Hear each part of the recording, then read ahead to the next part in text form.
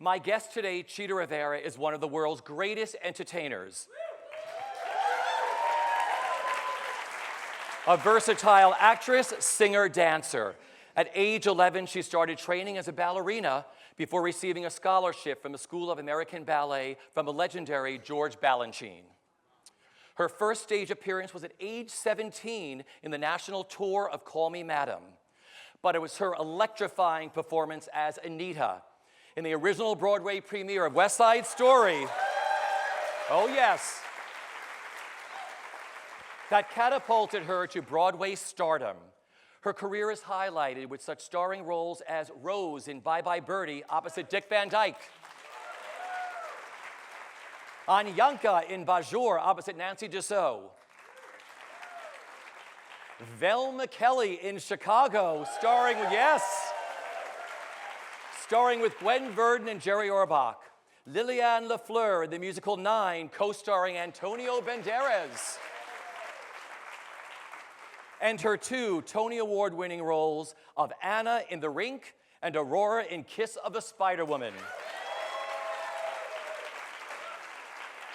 And the original Broadway cast of Jerry's Girls, Guys and Dolls, Can Can, Seventh Heaven, and Mr. Wonderful, co-starring with Sammy Davis Jr. On film, she starred opposite her friend Shirley MacLaine in Sweet Charity for director Bob Fosse. She has toured the country and around the world in such shows as Born Yesterday, Anything Goes, The Rose Tattoo, Threepenny Opera, Sweet Charity, Zorba, and Can Can with the Rockettes. She also starred in the Broadway revival of The Mystery of Edwin Drood and the Broadway and touring production of Chita Rivera, The Dancer's Life. Oh yes, a sparkling musical celebrating her spectacular career. In 2009, she was awarded the Presidential Medal of Freedom from President Barack Obama. Chita received the Kennedy Center Honor in Washington in 2002 and is the first Hispanic woman ever chosen to receive this special award. In 2013, she was appointed to a special Kennedy Center Honors Advisory Committee. She most recently dazzled Broadway audiences as Claire in the final John Kander, Fred Ebb, and Terrence McNally musical, The Visit. Yes. Co-starring with the late, great Roger Rees. And on November 6th, WNET 13 will air the Great Performances special, Chita Rivera, A Lot of Livin' to Do, a retrospective of her extraordinary life and career. So, ladies and gentlemen, now and forever, Broadway's brightest star, Miss Chita Rivera.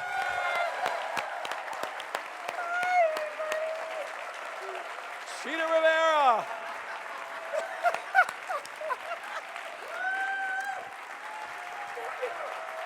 Right here.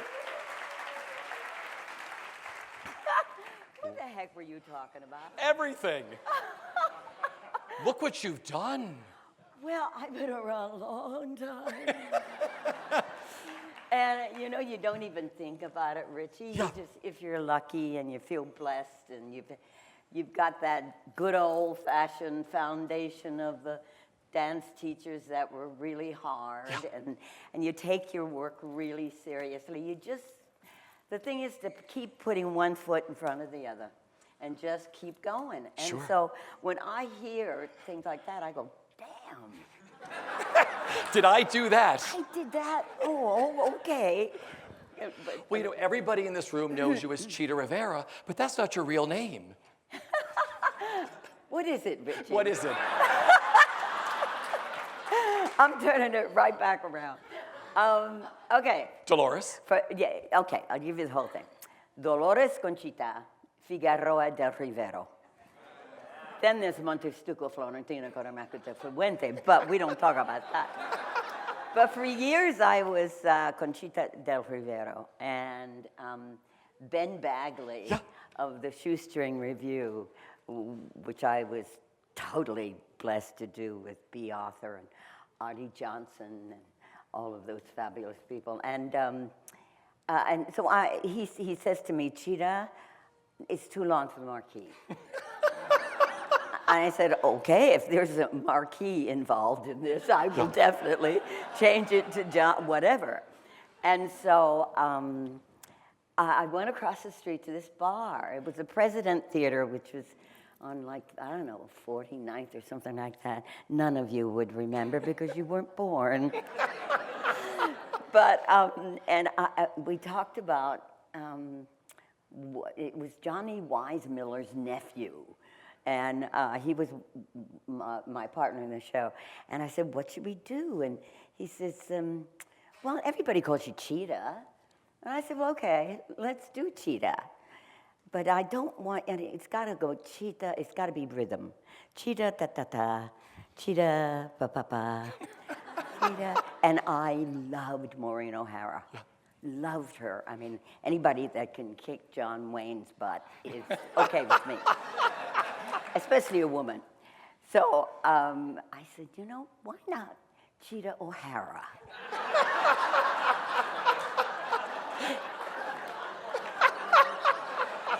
But it's the truth. Yeah.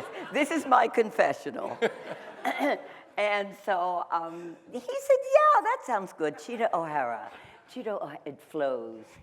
I was Chita O'Hara for 2 days because all of my gypsy friends called me and said, Chita O'Hara, click. And they just hung up on me. So I changed it to Rivera, and it's kind of like worked. Yeah. Totally, right? That's great. I want to go back to the beginning. You started training as a ballerina at age 11 at the Jones Haywood School of Ballet. Yeah, I was probably younger.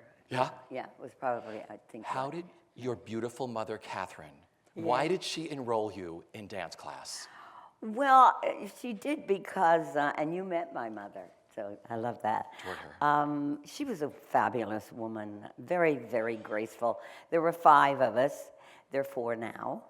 And I think they're here, Julio and Armando and Lola. And I was a tomboy, and I climbed trees and rode bicycles with my feet up on the the front of it. And I used to like to jump from this. I can see it now, that living room. I used to like to jump from the sofa, from the chair to the sofa, across the coffee table to the other chair. And I just had a good old time, bouncing and flying, till I jumped into the coffee table, and I broke it. So Mother, instead of selling me, because she probably wouldn't have gotten anything from it, she, giving me away, she said, I'm putting you in ballet class so that we can rein in some of that energy. So I'm very grateful, you know. I think if I didn't do this and Cirque du Soleil was around, I'd probably be in Cirque du Soleil. Totally. So Doris Jones was one of your, who's whistling out? That's, Robert's here, fabulous. Robert Montano? Yes, yeah. Hi.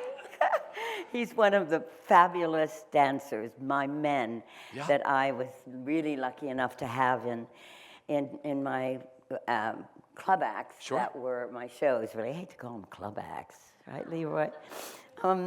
But Fred Ebb and John Kander and Ron Field and all those great people choreographed for. So thanks for being here, Robert. Really great acts. But Doris Jones was one of your early mentors, right? Tell me what she meant to you and how she set you on your path to New York. Well, Doris Jones was a ballet teacher from Boston, African-American, and she was just so beautiful, you know, and such great technique. And she handled us brilliantly. We got away with nothing. Yeah. And she's the one that really, taught me what dedication was. And because I'll never forget, Louis Johnson was my first dancing partner. And he was brilliant. And we were in class in DC, and some scouts came down from SAB. And Louis and I were chosen to try out for a scholarship. And we did, and we both got it. And then Louis got into the company, which was great. But I couldn't have done it without Miss Jones. And I got off the elevator and going in for my audition, and I saw this, 5'8", skinny, gorgeous blonde dancer walking in first position, just walking past me. And I got scared, and I said, Miss Jones, I'm scared. And she said, just stay in your lane, Chita, and just be yourself, and just do what you've been taught. And so I go into this rehearsal hall, and there's this sweet man sitting there waiting for me to go to the bar, and I had a pink leotard and tights and point shoes on, and I go through my bar work, and then I get out on the floor, and I'm doing whatever he says, and he's just as gentle and sweet as he can be. I had no idea who he was, and so all of a sudden I look down and I see blood on my heel, so I had a blister, and the pink was all, red. And he stopped everything, and he said, told someone to get a Band-Aid, and he made me put my foot up on his, it was Mr. Balanchine. I had no idea, and thank God I didn't. You didn't know. Because, I mean, it would just been...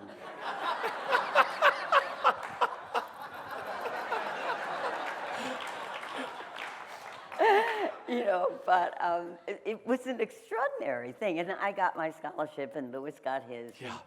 And then I got excited about Broadway. We're going to talk about that, because on a fluke, you went with a friend to the audition for the touring production of Call Me Madam. Right. What happened that day? Because you weren't going to audition, were you? No. She said, Chita, I'm so scared. Would you come with me? And I said, oh, don't be silly. Of course I will. It's a shame that you have to go and audition for a Broadway show. I mean, it's just... Gotta be careful what you say. And so I said, I'll be there for you. Well, this is what I tell kids whenever I talk to them. And so Helen was in the back because she was scared. Yeah. She was in the back. I'm up front, just doing everything. It was for Call Me Madam, the national company with Elaine Stritch. And I got the job and she didn't. Which is really, it says something about fear and about, courage and, and experience, and technique. Yeah. But...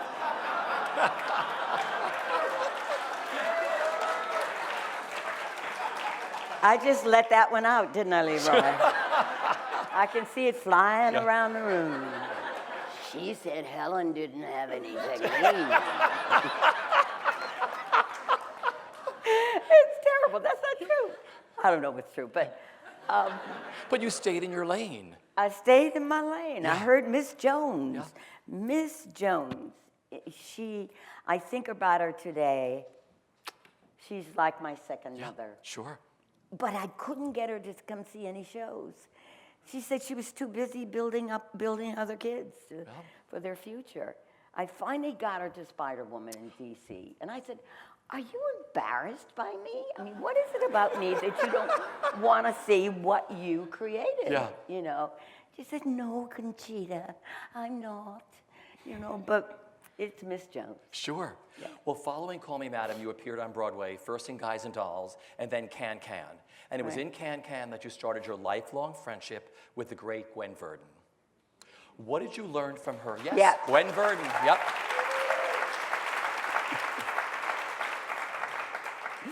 What did you learn from her then, personally and professionally, during that time? Well, I had auditioned for Can Can, and they were in Philadelphia. And Michael Kidd choreographed it brilliantly. And so they needed one girl. Something happened. Well, you saw that choreography. And she hurt herself. And so they had this huge audition, and at that time, 200 people would come from one person, you know. And it was down to 2 girls. And Michael walked up to me and said, Chita, I really would like you, but so-and-so really fits the shoes and the clothes and the wigs and and I lost it because of that reason, but he said, you will be the first replacement. And I was, which was certainly good enough for me. But in those days, you didn't like go into the star's dressing room. You were shy about that sort of thing. And so they had an audition for Gwen's understudy, and I was there. And Gwen called me, and she called me into the dressing room, which was like, woo, I'm going into Gwen's dressing room. And she said, you know, Chita, you don't really have to understudy anybody. She said, you should really think about going out for roles of your own. She was the very first person that gave me that kind of courage, you know, and ever since then, you know, I mean, I think about Gwen. She really was, I mean, she really gave me that feeling that I could create something of my own. I mean, dancers are very happy to just dance, you know, even today, you know, but I can thank Gwen for that. And what was the rest of that question? No, first. Things happen once you pass 30. No, but it says so much about her character. A star inviting you in and saying, don't be a second-rate me, be a first-rate you. Well, dancers are like that, you know. We're very close, and, well, I guess so much of it is that we're so together in classes, you know, and we form these bonds, and we kind of take care of each other. In New York. I don't know what it's like in California. we used to have this rivalry, didn't we, Leroy? Yeah, the ones in California had pools. Exactly. And cars. Yeah. We just had nasty old rehearsal halls. And I prefer nasty old rehearsal halls. With warped floors, right? Because a lot of stuff is left in those rooms, a lot of talent, a lot of creativity, all of those spirits are in those rooms. It's great, all on the boards. All on the boards. You co-starred opposite Sammy Davis Jr. in the musical Mr. Wonderful. Favorite memories of that show and working with Sammy? Oh my goodness, Sammy. When I heard Julie Stein said that Sammy was gonna star in the show, I actually said, what? I'll tell it. I really will tell it. I was so stupid. I said, but he's a nightclub performer. I mean, what's he doing in the theater? Oh,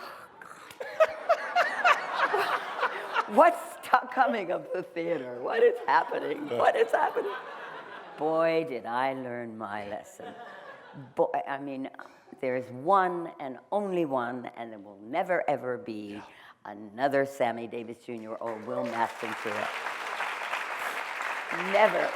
Because the second act of the show, the first was the story plot, but the second act was his club act.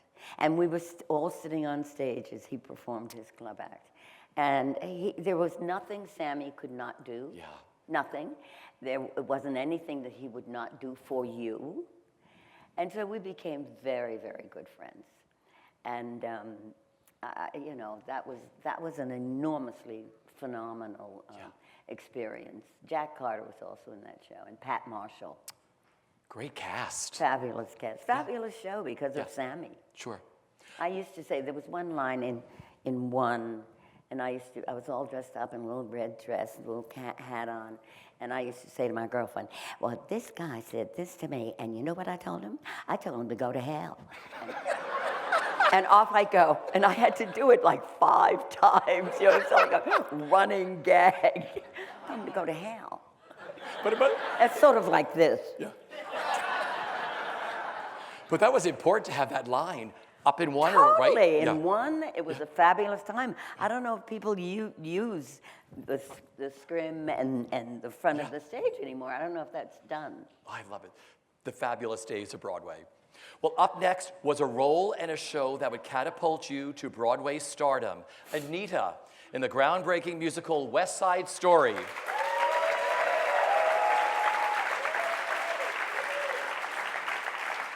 You must have so many memories of that show and the incredible people you worked with, but I want to start with Leonard Bernstein. Oy. Aye. Well, he wanted to work on some music. So, is it not the Beresford, but, oh gosh, I can't remember. It's Osborne, yes. That's where he lived, and yeah. And so I ring the buzzer, and the door's opened by this gorgeous man with such a welcoming smile, so easy, so gentle. And I look at him and I go, calm yourself down, Chita. This is going to be okay. So, so we get in, and he takes me to the music room, and he sits me down next to him on the piano stool. And all of this is like in my head, and I'm saying, look at where you are. See, don't forget these moments if you can. And he starts to play A Boy Like That. And this was the time when we didn't know that we could sing. Dancers danced, as Lee Becker Theodore said, and singers sing. And we kind of believed that. But I started to get really nervous. And this little voice, I have all kinds of voices. I don't know about you, but I have little voices that talk to me all the time. God does most of it, but thank God. He's the best one. Thank you. But I get these little voices, and this one little voice said, Chita, for God's sake, don't throw up all over Leonard Bernstein. But that was the day that he taught me the music that Anita sang in West Side Story. And he, he gave so much of himself that standing in the orchestra pit on a chair, and we're doing the quintet, and he was so enthusiastic that all of a sudden he disappeared. He went straight through the chair, and he just disappeared. That is, passion. Sure. That's passion. Jerome Robbins. Oh, I called Jerry Big Daddy. I called him Big Daddy because he was the Big Daddy. I called John Doyle Father because he's like a priest. You just want to go up and say, John, I did this and I did that. Forgive me. But Jerry, well, my ex-husband and father of my wonderful daughter, Lisa, Tony Mordente, was an absolutely extraordinary dancer. And Jerry really liked him a lot. And he liked me a lot, which is really, I was thrilled. You really go into rehearsals to work. People say, well, what did you feel like? How did it look to you? And we have no time for that. We're too busy being the heart and the gizzard and the liver and the breath. We're too busy being the inside. But he always treated me very well, and we had wonderful conversations about the characters. And it was our first time really learning that we could portray someone other than ourselves. If we just say the words and think about a background, think about being what that person looks like. We used to talk about colors. What did you see Anita as? What color do you see? How many were in your family? How do you feel about whatever? And so we were extremely close, so close that Jerry was, I can almost see him now, he was standing here, he gave us a 5. And Mickey Callan, who was gorgeous, he played Riff, he was gorgeous, a fabulous dancer, and the girls loved him. Everybody loved him. And so he said, take a 5. And some people are over on the stage just, practicing their steps. And Mickey's in the back with a bunch of girls all around him. And he's like, he's taking advantage of this. And liking it a lot. And he goes, and I see Jerry there, and I see his face, and I feel what's going to happen. And I just got up, and I walked past him, and I said, don't do it.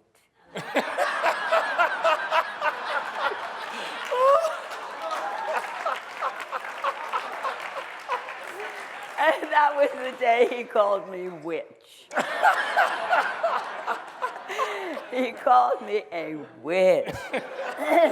But we always, whenever I heard his voice on the phone, I would smile. He made me smile. He was responsible for so many amazing things happening to us, So this is a very blessed girl woman you're looking at right now, I wish the kids could have these kinds of experiences and theater experiences and meet these amazing people that make you who you are.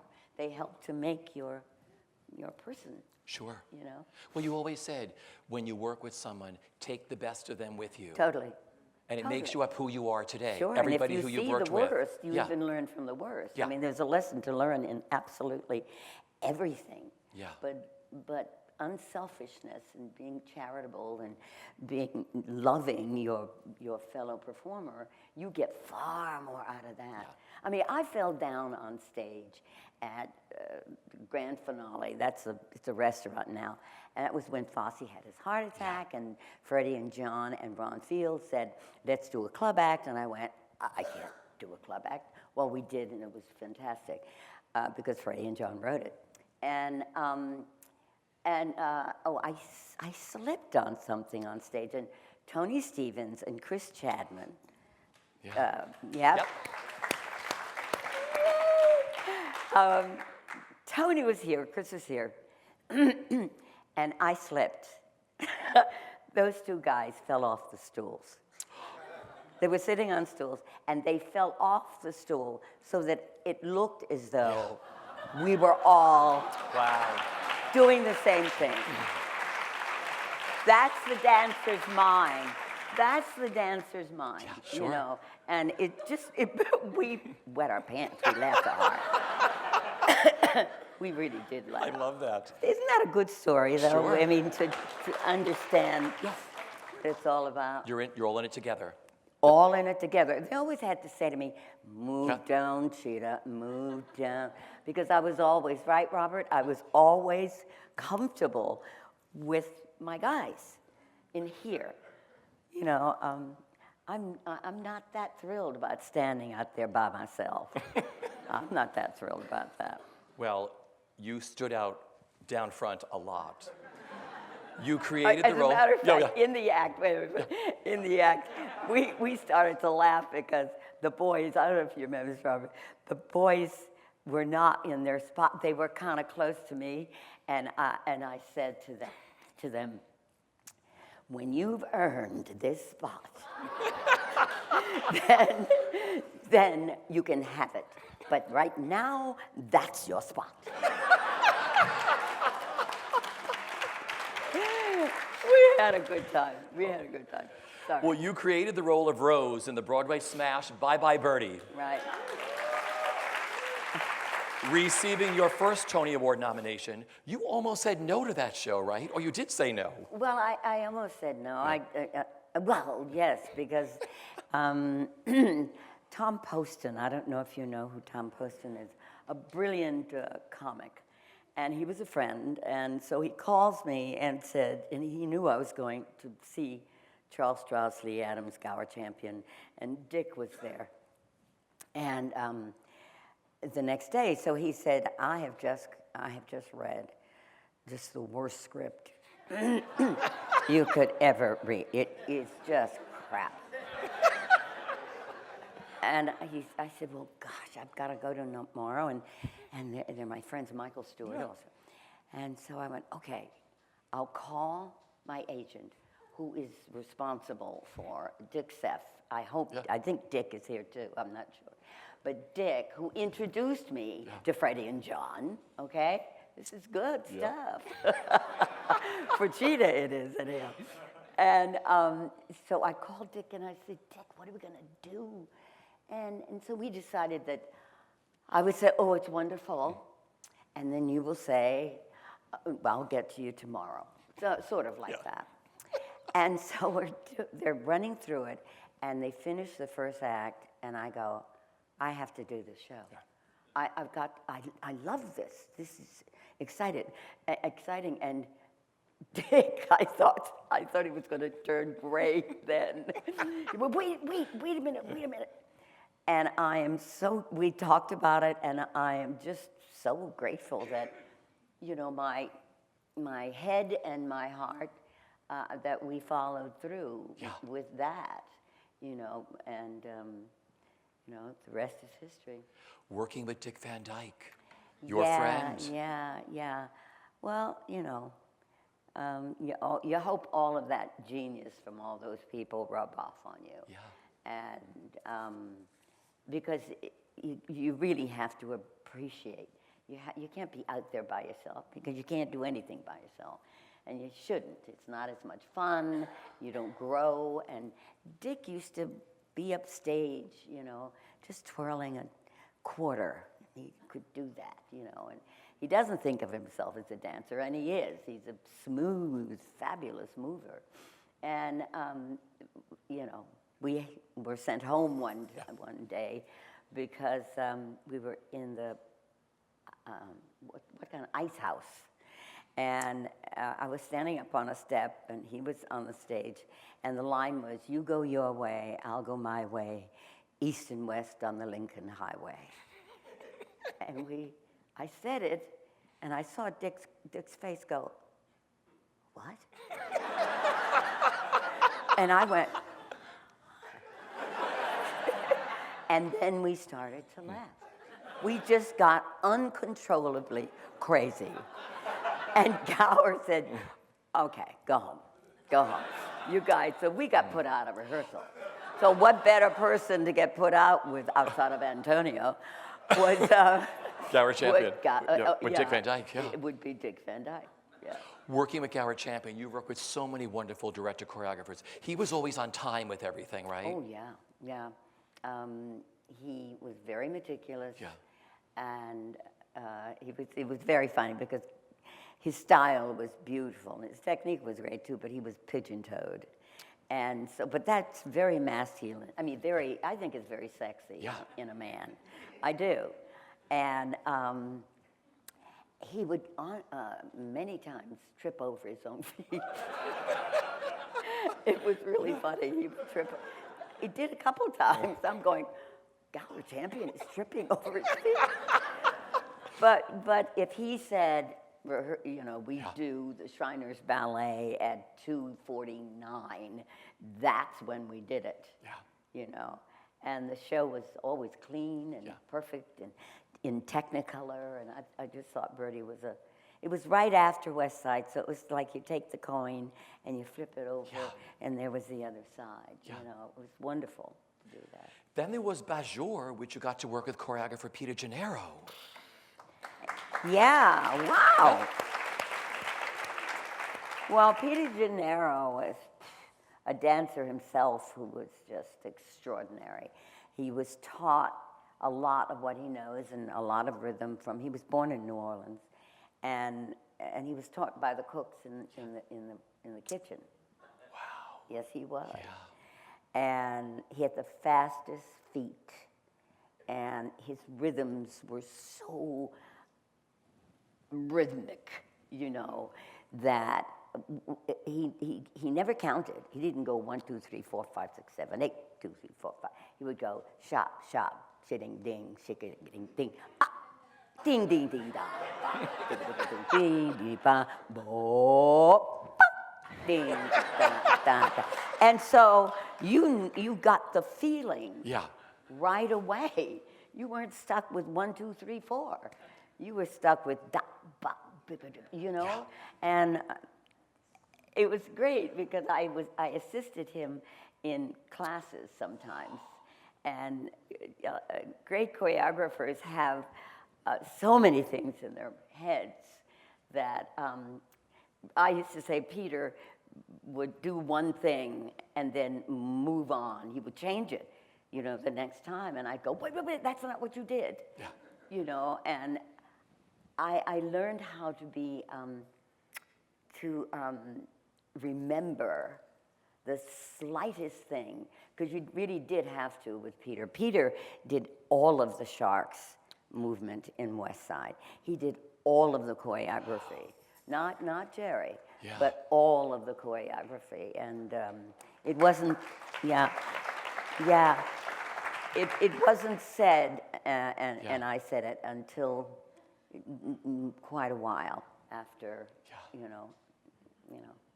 You could always tell a number of his. It was all the feet.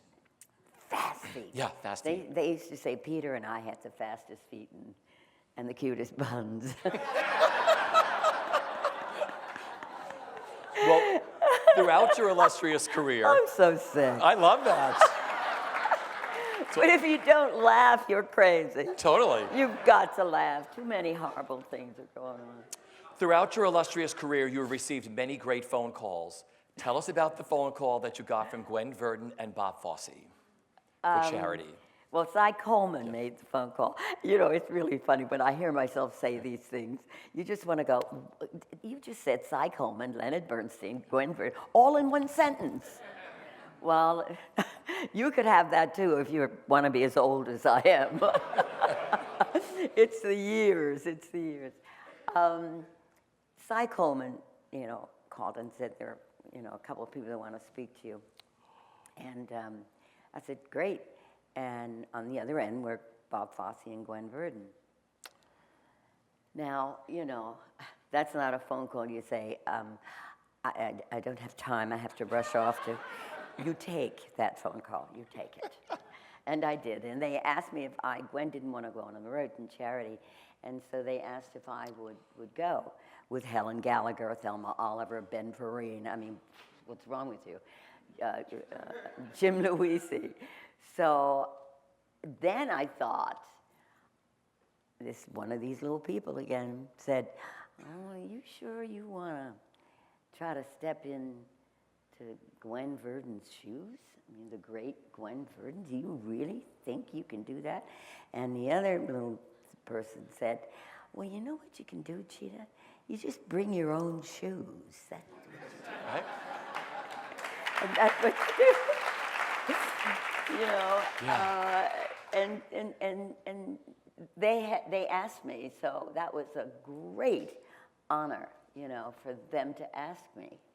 And it was one of the highlights of my life, doing Sweet Charity.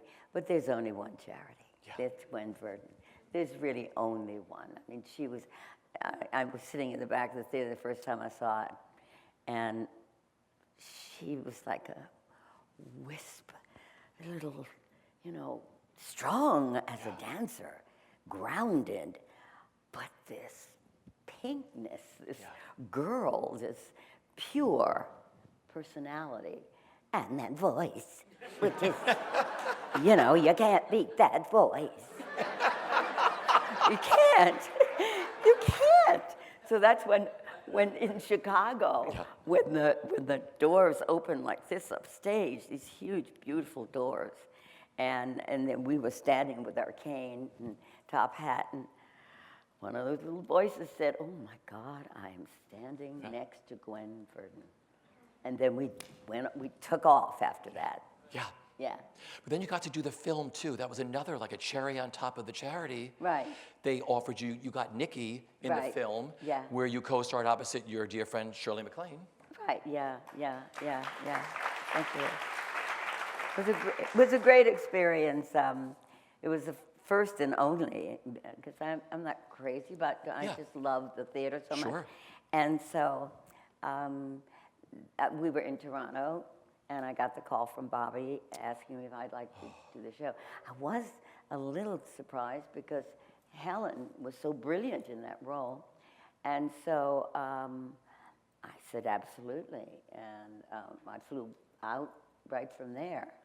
And we had a great time because, I mean, Shirley, I remember from class, you know, we used to peek through the hole and you know, to watch her class. Yeah. And we used to chuckle a little bit, you know, because she was always kind of funny, you know, and that red hair. And so anyhow, Paula Kelly, Miss Kelly.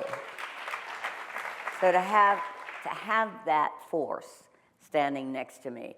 And Bobby did say at one point, he pulled us over in the corner and he said, girls, I want you to make sure that each take is as perfect as you want it to be because we're going to take Shirley's best take, which is logical, very logical. Ooh, I'm telling you, we were fierce. We just went, okay, it's war now.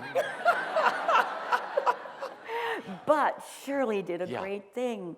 We went up on this ramp, and we hit the top, turned around, and with power came down this ramp. And I was in the front, and I would have preferred to be in the back because I'm still that girl that climbs trees and walks the back fence. I could cover more space because it was an a la seconde jump and a turn. And I'm in the front. That means I can't travel as much. And so it was like, what? And so he says, okay, that's a take. And I said, okay. And Shirley saw it. She said, what's wrong? I said, it really wasn't my best one because I didn't give it the full thing. I just, you know. And so she said, okay. And she called Bobby and she said, can we do it again, Bobby? And that was a swell thing to do. Sure. Dancers taking care of dancers. Yeah. You know? Talk about the genius of Bob Fosse. Was his work process the same? I know that film is one thing and stage is the other, but was the way he worked the same? Could you work with him on stage and in film? Oh, yeah. I mean, I would say that. I mean, he certainly, he knew exactly what he wanted.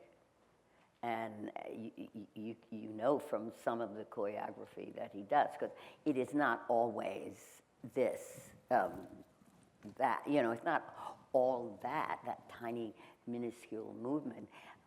I was on the chair in Chicago, and he had choreographed it all on that chair. Yeah. And I said to Tony Stevens, who was assisting him, I said, Tony, is there, can I get off this chair just a little bit? So he goes to Bobby and he tells Bobby that, you know, she wants to move. Well, he opened that girl up. I mean, it's not what you see now. Yeah. It's, all of it was totally different. But he opened it up and it was just athletic. Yeah. And then the spins around the chair meant something. Then the fall back on the chair, the back bend, really meant something because you went from big to tiny. And he just knew how to do it all with a fresh look, and he loved women. So we all, you know, were very well taken care of. But he also, you know, in Chicago, our costumes, the guys' costumes, I mean, they wore stockings and heels, and the style was phenomenal, you know. So he, you know, a visionary. He had everything. He did it all. Oh, sure he did. Yeah. Sure he did. Well, let's talk about Chicago. One of the best shows I've ever seen on Broadway, the original production, the 46th Street Theater, This Woman, Gwen Verdon, Jerry Orbach. I mean, groundbreaking musical, John Kander, Fred Ebb, Bob Fosse. Favorite memories of that show for you? Well, it's really kind of hard not to hear Gwen's voice, hear Jerry Orbach's voice. It's difficult. It's ingrained in my head. Well, anyhow, Gwen and I she was as much of a clown as I am. And so we used to play tricks on each other. And she was she was sitting on this stool, and I'd come up because I wanted to try to get her to be my partner. And she'd have my wig on.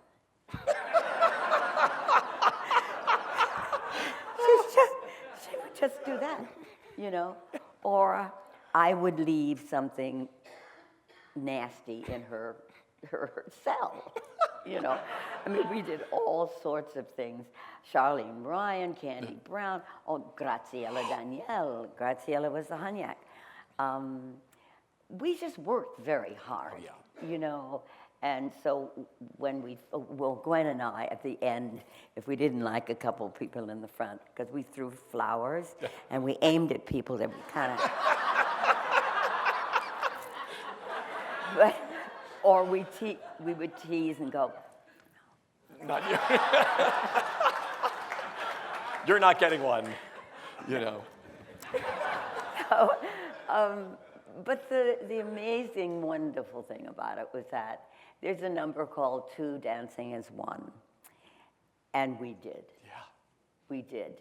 There is not a picture I've seen where her hat is not cocked, mine is not cocked as the same as hers. And our hands were always, we were just together. Yeah. We were together. And that's what dancers want to do anyhow. They want to be this form. It's very mathematical, really. But you can't get that unless you feel. And dancers, we all in the theater, I believe, have eyes in the back of our heads. We should, anyhow. But you kind of learn that. Because your perception, I think I've asked you this before, we have a perception sitting in the audience of what we see, but you see something totally different. The way you view what you do is totally different than what we see, right? Well, who really blows my mind? Alicia Alonso is a great ballerina, Cuban ballerina. She's probably 100 years old now. And she is blind. And she danced blind, on point. Wow. And that's because her inner sight was, and her physicality knew how many steps, whatever it is, will get her to whatever point. And she had the courage to do that. And I think dancers have that, when you get the feeling of this stage. It's like a camera goes into your head, and you know that there's no pit there, and I don't know. I hope I'm saying it right. No, you are, totally, yes. But I bring her up because I just admire her, and also to just express the innards, some of the innards of the dancer. Yeah. Just beautiful. You won your first Tony Award for playing Anna, the owner of a defunct roller skating rink in the John Kander, Fred Ebb, and Terrence McNally musical, The Rink.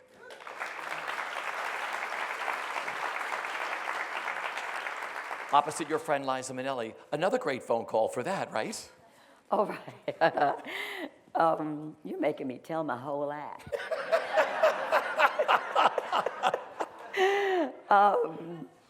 Well, yeah, I got the phone call, and they said they just finished a score. How about that? As friends calling you, and so I said great, and they said, and we'd like you to star in it, and I went, well, let me think about it. No, I didn't. I said, okay. But you need a co-star. And how would you like Lisa Mordente? I said, I really have to think about that. And so I said, God, this is exciting. This is fantastic. We've always wanted to play girlfriends. Always wanted to play girlfriends. And so there was a silence. Yeah. And they said, well, it's not girlfriends, Chita. I said, okay, this is all right. This is good, I don't care. What is it? It's mother and daughter. I said, who plays the mother?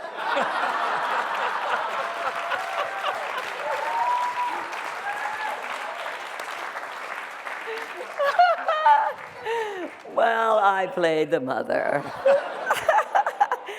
But it was another amazing trip. I don't really think I'm Chita Rivera or Dolores Conchita, whatever.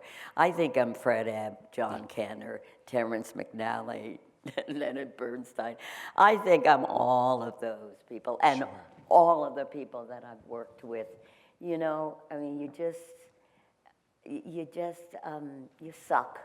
You know, you gracefully and respectfully take what you can from what is in front of you. Sure. Because they're giving, you know. So I will receive. I will receive. But that is a funny story. And the show was just... Oh, wonderful. I thought so. And it was nice to get letters from mothers and daughters saying we saw the show together and we really, it meant so much to us because we had some problems and now we're together. Yeah. And so I thought that Terrence wrote gorgeous a book. Beautiful, beautiful book. And I thought the score was fabulous. And then Graciela and then, of course, Graciela Daniele. And A.J. Antoon directed. Yes, that's right. Yeah, beautiful show. Grazie was amazing. Yeah. Amazing. And that's where Rob Marshall was in the chorus. I have a lot on him. Oh, yes. Well, just a side note on that, Preston and I were sitting in the front row the night that Rob went on and pulled your finger. Broke my finger. First time on stage, Rob Marshall, right? I don't ever let him up on that. I mean, because he's this fabulous director now, choreographer, movies, and the sweetest guy you could ever want to meet. But I never let him forget he broke my finger. He said you were so great. He said, I'm going to be fired. I'm going to be fired that night. Well, I told him that story that you told me. He did think he was going to be fired. Yeah, he said, I'm going to be fired. Stupid. First time on Broadway, as the understudy, you pull the star's finger, dislocate it out, while you're dancing with her. It's like, I'm done. I'm out of this show. So next on Broadway for you was the Jerry Herman musical Jerry's Girls, for which you received another Tony Award nomination. Yes. Dorothy Loudon. Dorothy Loudon, Leslie Uggams. Leslie Uggams. But during that run, you were in a severe car accident where your leg was broken in 12 places, yes, requiring 18 screws, and was told you would never dance again. Now, I've spoken to many stars in this chair who have been through life-threatening things, and I know there are a few people in the house today going through certain things like that. What got you through that ordeal and the healing process? Miss Jones. Wow. Miss Jones. My foundation. Because she taught you what, it's very moving to me.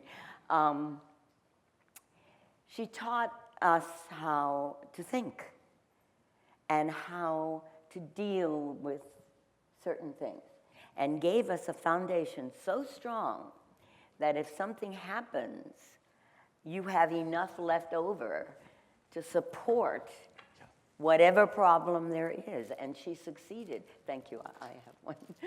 I have it all over here in my pocket. In her pockets.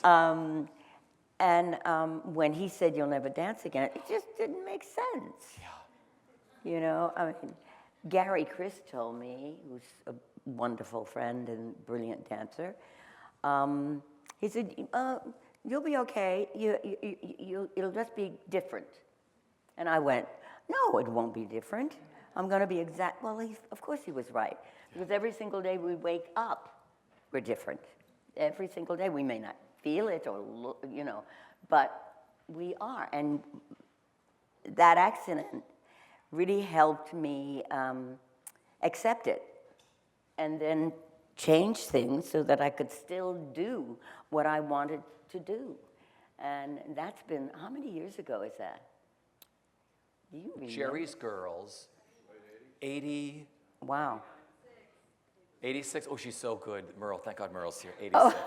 Because you can't get reception here. I was going to say, someone Google it for us. One of the many fans here, but nothing goes on in here. 86? Yeah, yeah. And it's, you know, it's good to me. It's very good to me. Yeah. It works. And it still likes to wear heels. These are short. I love it.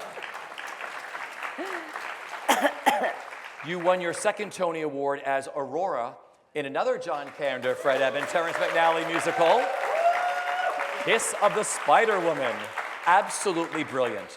Now, I remember you telling me at the time of the show that Aurora was a very difficult character for you to find because she was made up of fragments. Yeah. Remember we talked? Yeah. It's like fragment 1, fragment 2. Absolutely. That's what How did you find her? That's what it read like in the script. Yeah. Fragment 1, fragment 2. And I have to say that I got my character from Brent Carver, who is a brilliant Canadian actor. He's just phenomenal. And one day, it was like I should have had a V8. I looked at him, and he was looking in the mirror in a song, and he was imitating what she looked like and how she moved, and I suddenly went, yeah, okay, I got that part of her. I understand that. I had to find it all through the show. Generally, you read a script and the character is there, and you find other things as you go along. But with this, everybody else had words to say and scenes to do, and I was either hovering or passing through or climbing, you know, so it was a very interesting process. But fortunately, you know, the script was so good, the music was so brilliant, and the dancing was so brilliant that I was calm enough to let it come to me. You know, you don't usually like that. I like to go into a rehearsal hall knowing all the words, you know, and all the music if I can. But I couldn't do that, you know. I never forget it because I was supposed to be hanging and I was on a ladder. And, you know, that's when I went, ooh. Yeah. Everything about that show was brilliant. I mean, Hal Prince's direction, Rob Marshall's brilliant dances. I mean, the clothes, everything, the lighting. But your co-stars, you all won Tony Awards. Anthony Crivello, Brent Carver, and you. Working with the three of them, what that was like? Well, working with talented people, you know. You get so much from them, and you love seeing them succeed in creating those characters. Brent Carver blew me away. There was a world going on inside of him, and I loved the story. I just thought the story was extraordinary, you know, about the differences in people and accepting that. But you'd have to be, in this case, in a closed area where you're forced to. But what a shame, you have to be forced to try to understand another person. And so they fell in love even, you know. They had to, you know, they were as closer than you and than myself. we are. But the score I thought was brilliant. And Rob Marshall was not the first. Vincent Patterson was the first choreographer that was called. And then he had to go, so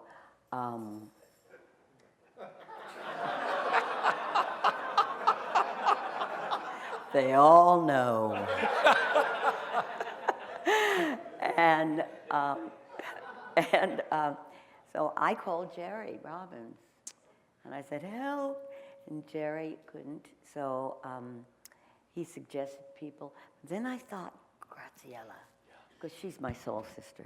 I mean, I just love Gracie from the tip of my toes to the top of my head. And she couldn't stay, but she brought Rob Marshall.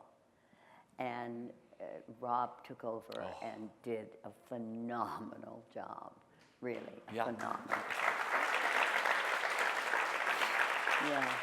He also understood you. Yes, he did. You know, how you dance. I mean, you know, how he took everything you do and then just let you fly with everything. I don't think I have a lot of secrets. Yeah. You know what I mean? I really don't. I mean, first of all, I'm Catholic. So I'm used to confession. But I really don't think I have a lot of secrets, especially, I don't know, you live with people, you want to get to know them, you want them to get to know you. I do choose my people, you know, but I think life for me is much more pleasant when you are in the moment that you are, you know. So he definitely knew me. Yeah. He knew me. Graciela knows me through and through. You know, she tells me things that I forget and I don't realize. Just a brilliant She's show. dangerous. Oh, yeah. The two of you together, I can imagine what it's like going out with you, the two of you at dinner. That would be dangerous, well, she right? has an accent. Yep, I don't. totally. Your 8th Tony Award nomination was for playing Lillian LaFleur opposite Antonio Banderas in director David Laveau's stunning revival of the musical Nine. I know everyone in this audience wants to know, what was it like working with Antonio? That'll be $20 a piece.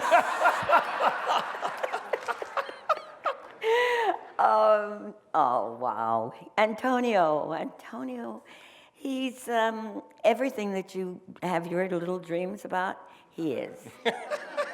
And more. He's just the nicest guy. He's so sincere, so talented. I mean, he never missed a show. Never gave a performance that was less than 500%. Sings like a dream, loves women, so he was there in the middle of all these women and loving it every single night. And extremely romantic, extremely romantic, and a great friend, you know. So, and it wasn't bad to look into that face every night. I mean, we had a tango, and he, thank you, thank you. He had a tango, and he had a mask, a black leather mask on. And he was a fabulous partner, and we danced around, and at the very end, I would kick my leg up, and I would be standing in a split, and he'd have hold of my leg. And I remember one time, and the audience would applaud sometimes, and I looked at the audience and said, "Eat your heart out." Standing there with Antonio Banderas, I would say to all my friends when they'd say, "Oh, you were fabulous in the show. I just love the show." And I'd say, "You know you came to see Antonio. Now, do not lie. Do not lie to me. You came to see Antonio." And I don't blame you. Yeah. He gave one of the most brilliant performances He's fabulous, ever. and he arc. was robbed. Oh. He was robbed. He was robbed. He should have won the Tony, but then again, West Side should have won the Tony. Yeah. Chicago should have won the Tony. Yep. There's several things. Yeah. You know, but that's not why we're in the business. Yep, you're right. We're in the You business always said to that. do what we do, what we love to do, and learn from all these great talents. Yeah. Because we're lucky to be able to Sure. tell stories and inspire people. We're lucky. Yes. You received your 9th Tony nomination for Chita Rivera, The Dancer's Life. A retrospective of your illustrious career, for which you first played on Broadway and then across the country. What was the greatest joy of bringing this incredible show across the country? Well, it was great because it was the right time, just as Spider-Woman was the right time for me. And I've had a wonderful life. I've got a great family. My brothers and sisters are just great people. We've got great memories of Mother, and Daddy died when I was 7. Yeah. But you know, Graciela directed it and choreographed it, and it's wonderful to tell these stories for the curtain to go up and to see a little girl with her father in a white suit and a white hat, and it just brings back wonderful memories that you want to share. I mean, that's why you're on the stage. You want to share. Yeah. And Terrence McNally, you know, wrote this wonderful script. Patrick Pacheco and I had a lot of meetings where he wrote down, you know, a lot of stories and things, and Terrence put it down as a script. And it was fulfilling, and the audiences seemed to like it, you know.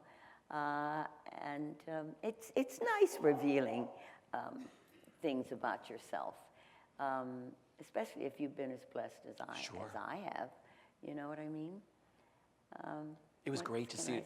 We saw it many times on Broadway, but it was great seeing it across the country because people are starved for a star to travel across the country like stars used to do all the time. Well, there's so many amazing theaters across this country. That you played. You know, they're not just only in New York City. Yeah.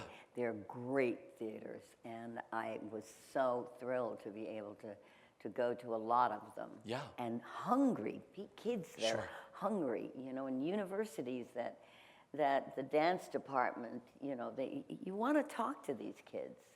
And so it's great for me, too, to do that. It's a master class, just to listen yeah, to you tell and do what you did. You created, you know, nowadays everybody's like, oh, this original show, that original show. You did all these original shows. Yeah. You worked with Bob Fosse. You worked with Jerome Robbins. You worked with Peter Gennaro. Well, I tell this story also that I was walking down the street, down Broadway one day, and I see a poster, and there's a kid going, and it says, "Bye Bye Birdie."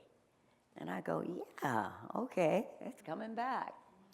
Then I go a little further, and I see a gorgeous blonde straddling a chair stool in a little black dress, and it says Chicago. And I went, yes, this is good.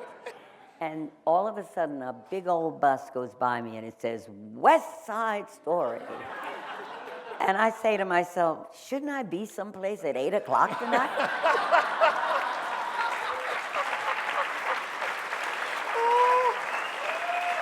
Right?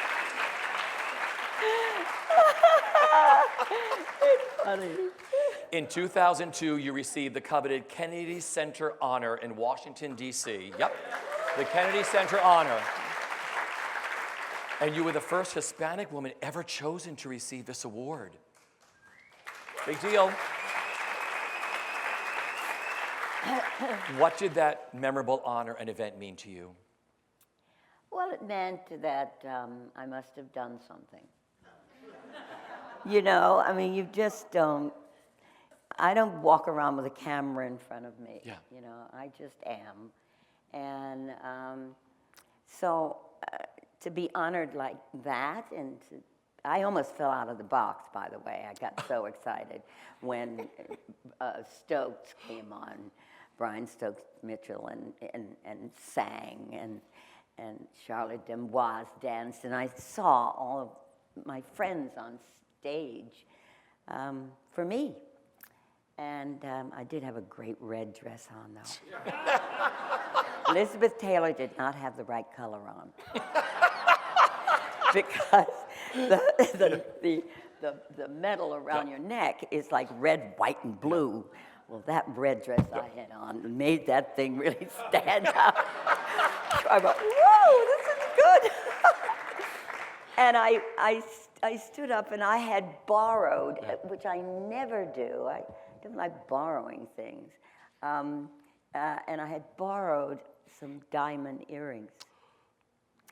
And I got so excited, and the railing at the Kennedy Center is very short up there.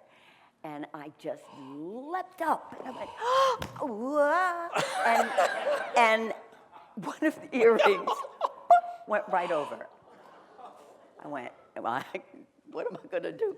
Somebody found it.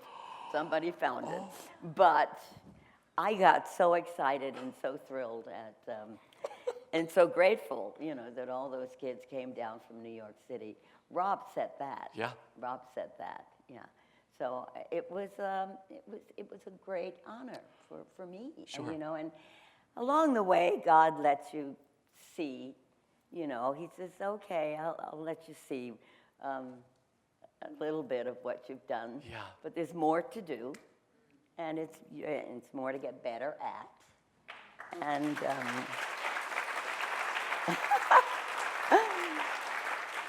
I try to listen. Sure. I try to listen. In 2009, President Barack Obama awarded you the Presidential Medal of Freedom, which you were wearing.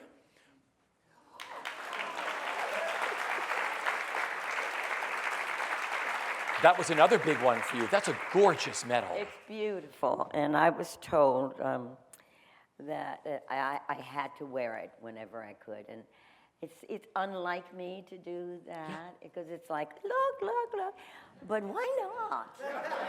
You know, I finally reached the stage where I go, Chita, you know, Barack Obama gave that to you. I must say, I'm sitting there with Sidney Poitier and other great people, and I'm seeing the Marine over here, and this crazy thing in my head said, wouldn't it be awful if that Marine said, Miss Rivera, we made a mistake. Would you come this way, please? You know, but it was just, and I have the greatest picture of our president and myself. And, you know, he's got the smile that could just kill you. It's so sincere and wonderful. And it actually looks like, you know, I'm saying, could we have a date? It actually looks like that. Is it surreal, like that? All these sort of things, like you said, the Kennedy Center. You know, when you said you dropped your earring, it's like that Lucy episode when Ethel knocks her bag off in the theater. Right. Yeah. With all the rent money in there. I'd be like terrified you wouldn't be able to find your earring. It is. Is it all surreal?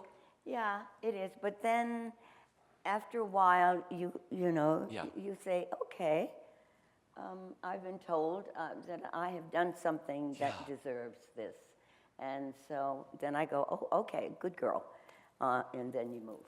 Yeah. You don't hang on to that because the next day is like the first day.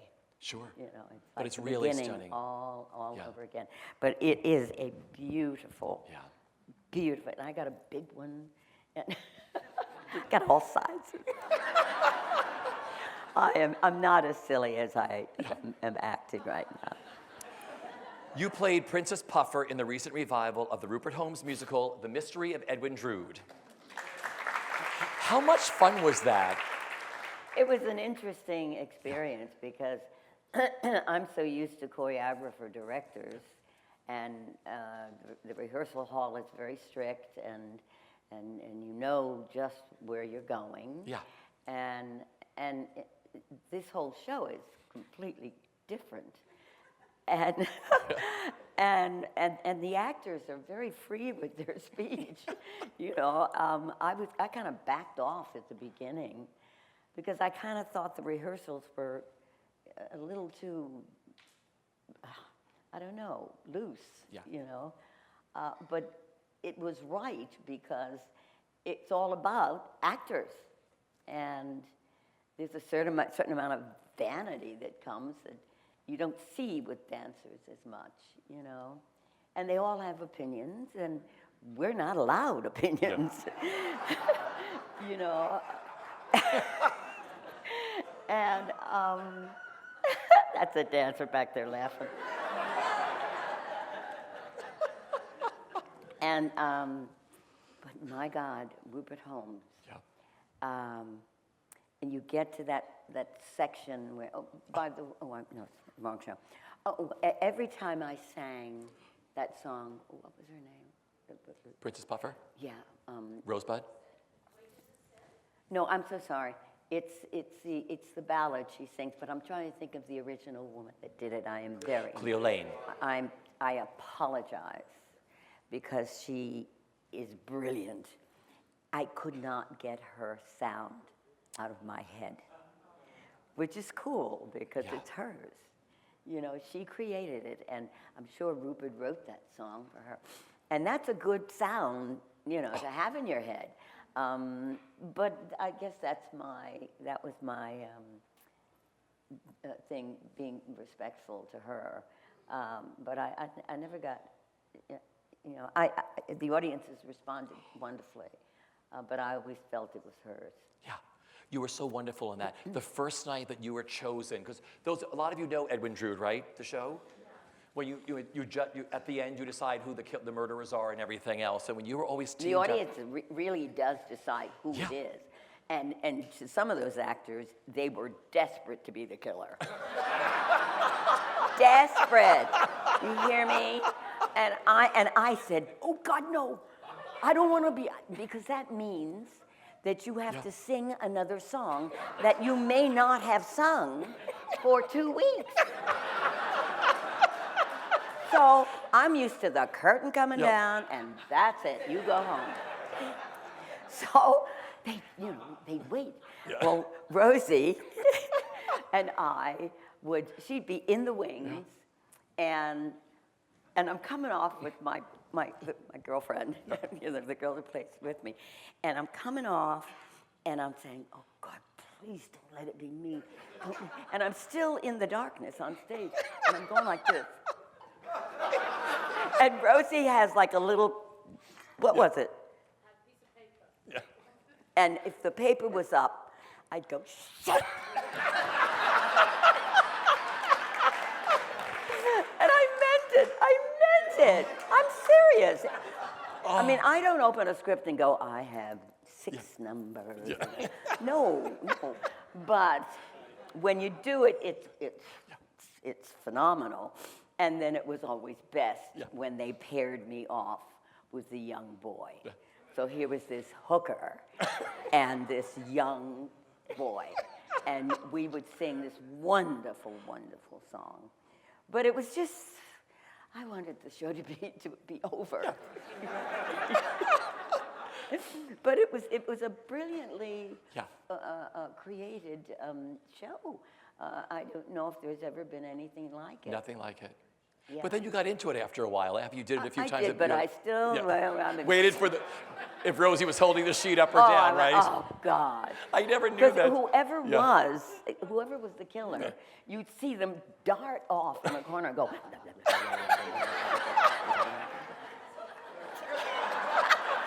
didn't want that. I want to do my part and just go home. Take your bow. Take my bow and go have a vodka tonic. I love that. That is hilarious. You most recently returned to Broadway, receiving your 10th Tony nomination for your mesmerizing performance as Claire in what I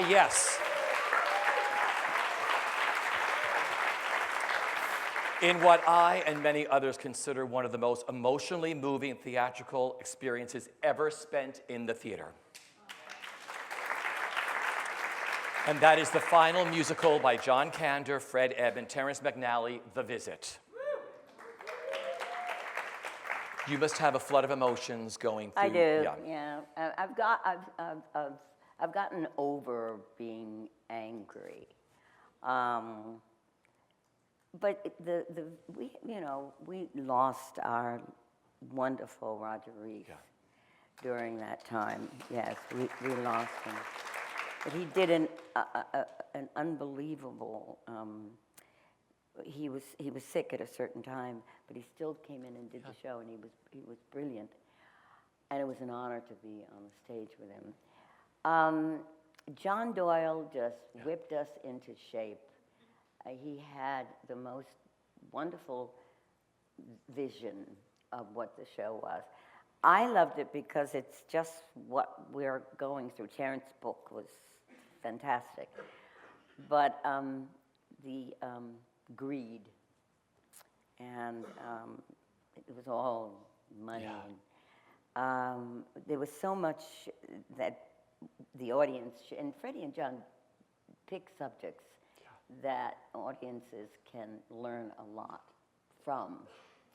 Because Chicago was at the time of all the criminals were stars, But this was She did have him killed, mind you. She had him killed at the end, but it was the story of a young girl and boy. And the two kids that did it were brilliant, Michelle and John, brilliant. They played us as the young Anton and Claire. And they were constantly with us on stage all the time so that the audience would be aware of what they used to be. But they fell madly in love, but he wanted money. Yeah. And he impregnated her and then told some other people in the town that she had something to do with many men. And so they got rid of her and ostracized her. And so she went on, and her life was, she married a lot of rich men. Somehow they died. Now, I never asked Terrence, Yeah. you know, how did they die? But it wasn't important. She got all this money, and what she did, she became a billionaire. And what she did was she bought up the town. And so her entrance was, they were in grays, blacks, browns, and she arrives with two eunuchs. These guys were stupid, they were so fabulous. Chris and Matt. And a butler. And the butler they're all working for her now. The butler was the judge that kicked her out of town. So she got him. And then the two eunuchs were the two guys that lied that they had sex with her. Yeah. And so she had them taken care of. Clip. They were clipped. But these two wonderful actors sang like castratas. Yeah. Chris is doing, I think, Chicago Now, but they have these voices, you know, and John's music allowed them to, you know, really sing magnificently. And so anyhow, what happens is that she comes and she wants the town to know that she has been done wrong. And she says she'll give them a lot of money, but on on a certain term. And they say, what? And she says, I want Anton dead. And this is when the audience has to toy. Yeah. Would they do that themselves? Would they give up another human being just to make their lives better? And they all do. Yeah. They all do. But the wonderful part, one of the wonderful things is that it's really a love story. I know it doesn't sound it, but it is a European, it's a love story. The love is so deep that she has his casket, it leaves the stage, but he's not in it. Actually, he is, but that's John Doyle's wonderful, you know, imagination. And she walks beside it, and they go off to a place that she loves, and they both are, I think, you know, it wasn't said on stage, but in my mind, she has the butler give her poison. It's like Romeo and Juliet. Yeah. And they are high on a hill in Capri overlooking the Mediterranean. It's a very romantic, very shocking, but really, you can't say you're bored. Yeah. No, but it was a lot of messages for the audience to check on themselves, you know, to see how they felt about certain things. Would they do this? Yeah. You know. This was one of the biggest highlights of your entire career, wasn't it, doing the visit? Yeah, because it was deep. It really meant something. That's where Love and Love Alone came from, which is such a beautiful song that John wrote. And I do that in my concert, and I love seeing people hold hands in the front row. You know, when you're young, feeling oh so strong, what can prove you wrong? Love and love alone. When the sun seems forever bright, what can dim its light? Love and love alone. So beware, young love, lost in a kiss. There's a truth, young love, simple as this. Every fond hello ends in goodbye. Oh gosh, what's the rest of it? Everyone hello ends in goodbye. What seems certain to live will die. So enjoy all the time there is. If you're his, be his. Make each day your own. And so that's really the song. It, you know. But it's a beautiful lyric. No one wrote lyrics better than Fred Ebb. You know, you just started talking about them. What do John Kander, Fred Ebb, and Terrence McNally mean to you? If you could put it into words. You've been through a lot with all of them. Yeah. You know, what, you know, it's going to seem like this doesn't mean, it's going to seem like I'm going far away. But I saw our Pope Francis, I think he was in Mexico, and there was a young girl there. She looked about 13, and he said, and he leaned forward. I was fortunate and blessed enough to have met him at a mass in Rome, so I'm still flying. But he leaned forward and he said, would you sing for me? And she looked and she said, me? Sing for you? He said, yes, I would like you to sing for me. And she sang this song, and he said 2 words that we all say, but I've never heard them so sincere. And all he said was, thank you. Thank you. And I can only say that about them, to them, the deepest thank you for enlightening my life and filling it with beauty and passion and truth. I always tease Terrence and say, I don't think I have any words of my own. I think you're in there, you know, because he's written so many wonderful things for me to say. So John and Freddie, whom I miss desperately, but I see him every day. We're like brother and sister, you know. Without these people in my life, I don't know who I'd be, what I'd be. None of us knows any of that. So that's why you have to say thank you for what I've got, you know. So. Beautiful. Thank you for that. Yeah.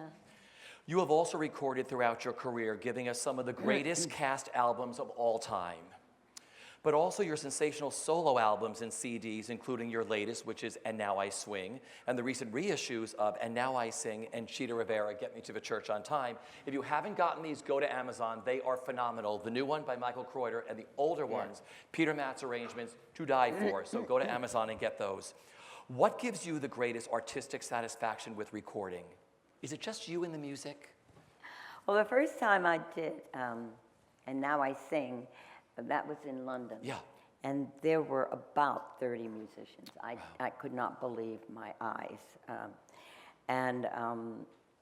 It just blew me away, and it was, you know, it carried me through these wonderful songs that I sang.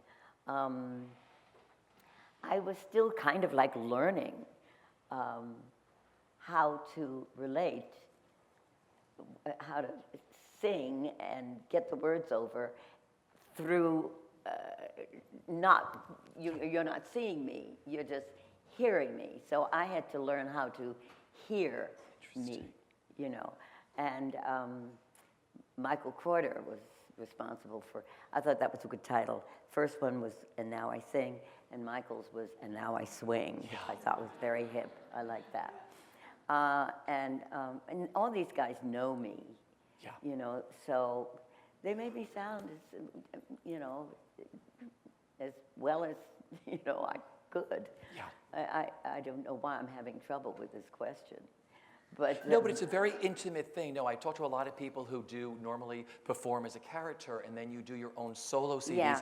It's a whole different thing. well, that you're absolutely right. I mean, that's why I said no to Freddie and John and Ron Field.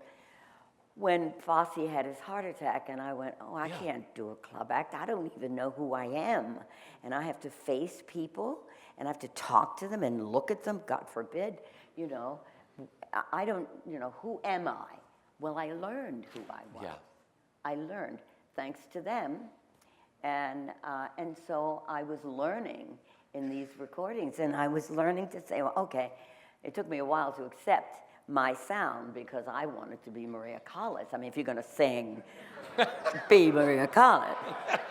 If you're going to dance, be Maria Talty for something, you know. And but I had to get used to Chita, which is really weird sometimes. Well, because I see pictures. I don't like to hear anything that I've just done. It takes me about 6 months to a year to want to hear it. I have not heard the recording of The Visit yet, and everybody says it's wonderful and it was #1. Yeah. And but I can't hear it yet for 2 reasons. I'm still tender, but you know, you feel something, and it doesn't feel the same when you look at it. Yeah.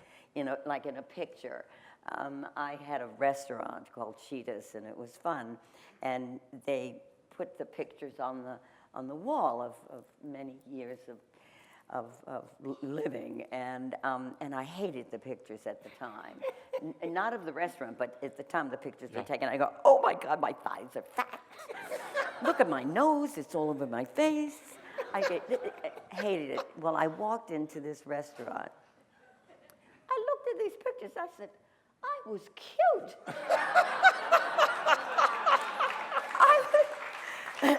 I went, you see, you don't see yourself. You don't, you know, I'm so glad I'm not a model that has to look at themselves all the time. You know, the theater, you just are. You just are, and you have to trust that. So I'd rather trust the inside than the outside. Well, talking about looking at yourself, coming up next for her on November 6th, WNET 13 will air the Great Performances special, Chita Rivera, A Lot of Livin' to Do, which is a retrospective of your extraordinary life and career nationally on PBS. What does that honor mean to you if you're not going to watch it right away? When will you watch that? When will you watch that? You know, my brother Armando, who's my manager, he said, you have to look at it right away. You'll love it. I don't know. I just don't know. I am really honored, but I don't push it. You know what I'm saying? There are many wonderful lives. Granted, I'm grateful I was chosen. You know, well, that's one of those things again that you get the mark. God gives you the mark and say, okay, now you did this. So I can only say, I don't want to be anybody else but Chita. But even that cab that hit my leg, that's okay. You know, it made me a more interesting person.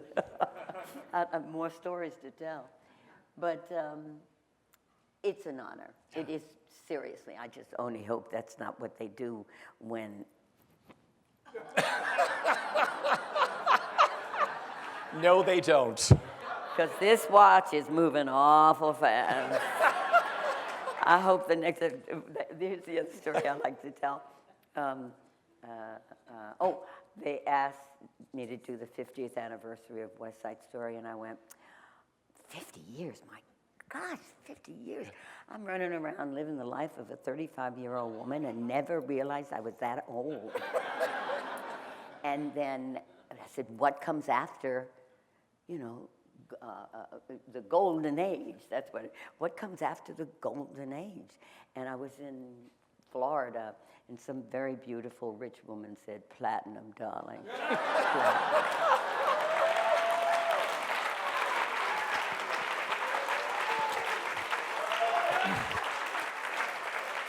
Platinum. You know, speaking of that, we have a few questions that the audience gave me. One of them is, you're a goddess and we're absolutely spellbinding in the visit. What do you attribute to your youthfulness and vitality on stage and off? The love of life. Yeah. And grateful for all of my surroundings, all the people that have been in my life, my family, my daughter. You know, I mean, I've got a lot of wonderful things in my life, and just being aware of it all, and really trying not to disrespect any of it. And you really want to affect people. You know, you. There's nothing like you smiling at someone and them smiling back. Yeah. You know, the question was? How do you Did I stay do it? youthful and vitality? By you know, recognizing all of that and being here, just being here, seeing faces, and you know, and sharing your life with whatever comes in your path. Yeah. You know, laughter has, I mean, if you don't laugh, laughter is healing. Yes. You know, it's medicine. It is absolute medicine. Yeah. Laughter. You can't take yourself too seriously. My daughter and I were laughing last night at something. Yeah. But, I mean, uncontrollably. Yeah. You know, so I think that's what, and besides, I always want to be I like being alive. I don't want to die yet, you know. Another question is about dancing. Do you think the dancing now on Broadway has changed from when you started out? This is a big question, isn't it? It's a big question because I'm not even sure I have Yeah. the right to answer that question, because I haven't been to a lot of shows. I've not seen American in Paris, and I'm sure it's beautiful. But certainly in our day, there were a lot of shows. Yeah. And a lot of different choreographers with different styles. That's one of the great things that Gracie did in a dancer's life. She had a number with, in the dancers were all in shadows, and they were doing different choreography, the styles of different choreographers. So you know, I don't think there's as much dancing. Yeah. You know, there was you had a chorus of dancers and a chorus of singers. You know, 8 and 8. You know, of both, and you don't have that now. And I do wish the kids could go through the chorus thing. You know, I wish they could go through that experience, because being in the chorus is one of the best things that could have happened to me, because it made me aware of so many other things other than myself. And you give and you take. Yeah, there's nothing like that training, nothing. Nowadays, they tell you on TV, just, you know, take a video of yourself, send it in, and they're stars. Yeah. You know what I mean? And the television shows, I'm not crazy for them. Yeah. You know, you got to work hard for it. It only benefits you, you know, and it gives you strength and longevity. Yeah. If that's what you really want to do, you know. So, yay to the chorus. Yep. No, because you've always said that no one has the backbone. If you're handed something, that if it disappears from them, they don't know how to handle it. I mean, you worked your way up and learned how you learned your craft the right way, right? You have to go through all of that. You've got to go through all of Yeah. Yeah. To step down front. To eventually step down front. To eventually get on that spot. Fabulous. Who has been the greatest influence in your life? My mother. Yeah. My mother. And Daddy, Yeah. even though he left us at a early age. But Yeah. my mother, she was classy and fun to be with, and cared not just for her kids, but cared for Yeah. their friends, you know. So Mother was swell. She was swell. She was one of the smartest, sophisticated, classiest ladies I've ever met. We used to spend so many great nights Oh, together, yeah, but she yeah. was, really wonderful. My final question is, what is the best bit of advice that you've been given, either personally or professionally, that you live by? Be yourself. Yeah. Be honest and truthful. I don't like having to go back and clean up. You know? I don't like that. That takes time out of my life. I like to clean it up right here and now and go on to the next thing. So if you're truthful and honest, and then I think you get further like that. But there's so many things you can't. You can't, and have courage and believe in yourself, and so. And stay in your lane. Stay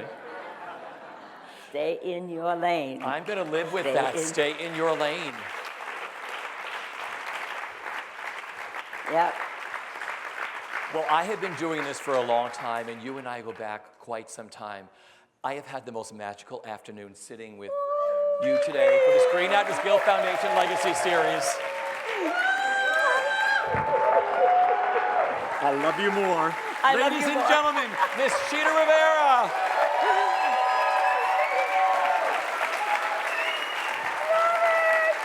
Thank you. Miss Chita Rivera.